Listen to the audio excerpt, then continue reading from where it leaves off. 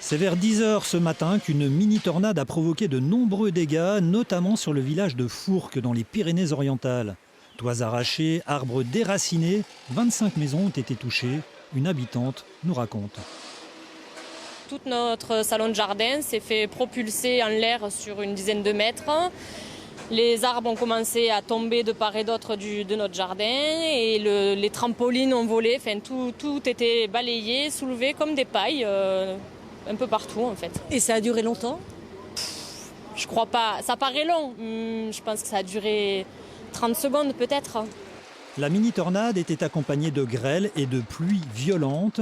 Une ligne orageuse qui se déplace vers le nord. Ces orages ont traversé les Pyrénées, ont concerné la zone de Céré, Morellas, pour après poursuivre leur route vers l'Aude dans un flux un peu plus au nord.